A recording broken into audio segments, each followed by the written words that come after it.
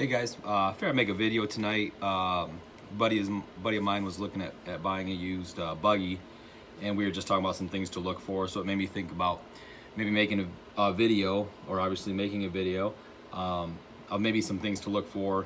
And I know some guys already know this, and maybe there's even some things that you could add to it to help out, people looking to buy an RC car, but they're getting something used.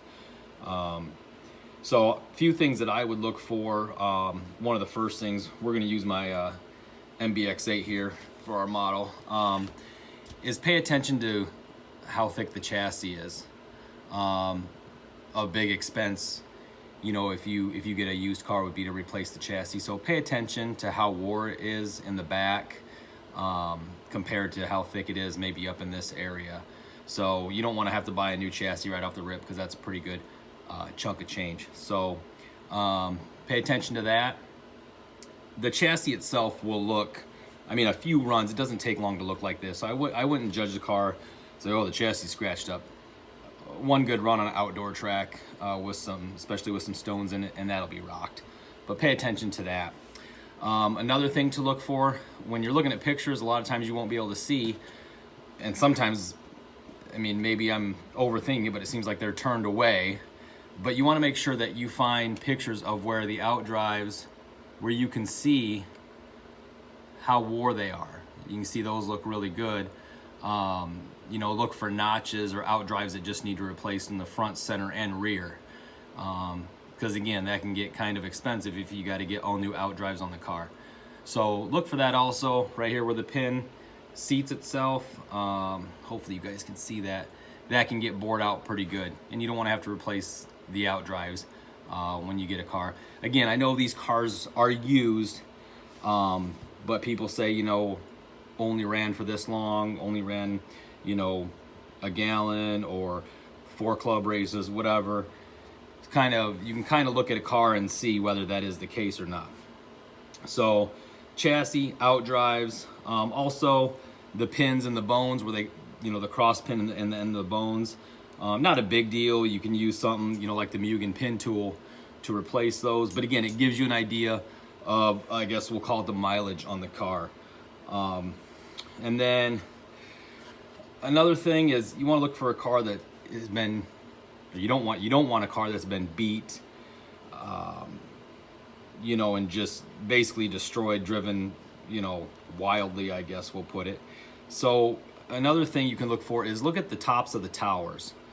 It's normal to get a little scuffing, but something that is bent up, just absolutely shredded.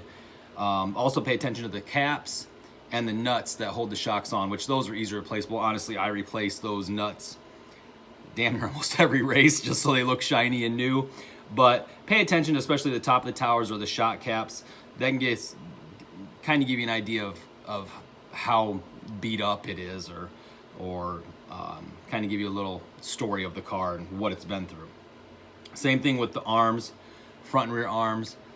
Pay attention to the front edges of the arms. You want them to look, good. Again, I know it's a used car, but if it's claimed to be in good condition or low use, that can also tell you the front and rear arms, how look for, chop marks or where they've been hit, or just been beat on or ran for a long time. The wear and tear is going to happen, but it just, again, give you an idea of the car. I think another thing too, I know it's a small item and it's fairly inexpensive, but also look at the wing. If the wing has been, if it's warped, busted, destroyed, again, it's been beat on. I hate to say it's been beat on, because this stuff happens in racing and any conditions, I get that. But if you're seeing a car with all these signs, you can tell it was kind of driven hard and put away wet, I guess, is what I'm trying to say. So I'm just giving you contact points of where stuff hits, to know how beat up it is. So I would look at the condition of the wing, again, trying to get an overall story of what the car's been through. Another thing too, and I hate to be judgy, but it's your money and you work hard for it, so you want to be careful, is look at the electronics that they've put in the car. Obviously in the pictures you can see, the servo, and you can pretty much see everything. this is gonna sound bad, but you know, if it's a MBX8 with a Traxxas TQ radio and an ARMA speed control, kind of makes you worry, or at least it makes me worry a little bit. And maybe I'm weird, but you know, if you're looking for something to go racing, you want to know it was something, you want to get something that you can race. So just pay attention to what stuff is put in it, and it'll kind of give you an idea of how much that build was aimed at actually racing, or if maybe it was a basher. And there's nothing wrong with bashing. I'm just, you know what I'm saying. So if you want it to race, make sure that it was built to race, and what you're getting was raced and not bashed. That's what I'm saying. So another thing, a lot of guys will say it comes with a Protec servo, it comes with a Savic servo.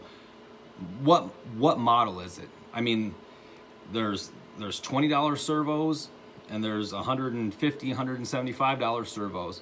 So if somebody just says it's a Savic servo or a Protec servo, find out what model, so you know your money's being well spent. You don't want to get it and find out it's a weak, you know, 0.20, you know, 50 ounces of torque servo. That's gonna be useless for you, and you're gonna have to buy another one. So that's more money out. So make sure, if you just see Savic servo or Protec servo, whatever it may be, make sure you find out what model it is. Make sure that it's worth it. And then another thing, I'm pretty picky, so you guys can probably disregard stuff. I'm just trying to give you guys some information on what to look for. I always look at the heads of the screws throughout. I mean, whether it be the bottom of the chassis, you know, all out through here. And some people are gonna laugh at me, but make sure that they match. I mean, for me, when I see, you know, a countersunk screw and then a button head screw where I know it's supposed to be countersunk, and things where it looks like the car was built out of stuff you found in your box, that's kind of a red flag for me. I think it should be, because it makes me worry about the attention to detail. And I'm kind of weird when it comes to that stuff, but you guys can take some, maybe get some useful stuff and throw some stuff out if you think I'm being too picky. But just pay attention to the screws used and how the build was. And then another thing, pay attention to their wiring. I mean, you can see, you know, if there's time taken in wiring the car up nice, it kind of gives you a little bit of comfort. If it's just all ratted out and different gauges and odd connectors, and I actually seen a buggy one time that actually used the twist nuts like you would use in your house, holding the wires together. Stuff like that's obviously a red flag. So attention to detail kind of give you a story of the car, how it was built, what it was built for, what it was used for, and how much use it had. So this video went a little longer than I had planned, so hopefully I didn't bore you guys. But if you're looking to buy something used, hopefully that helps.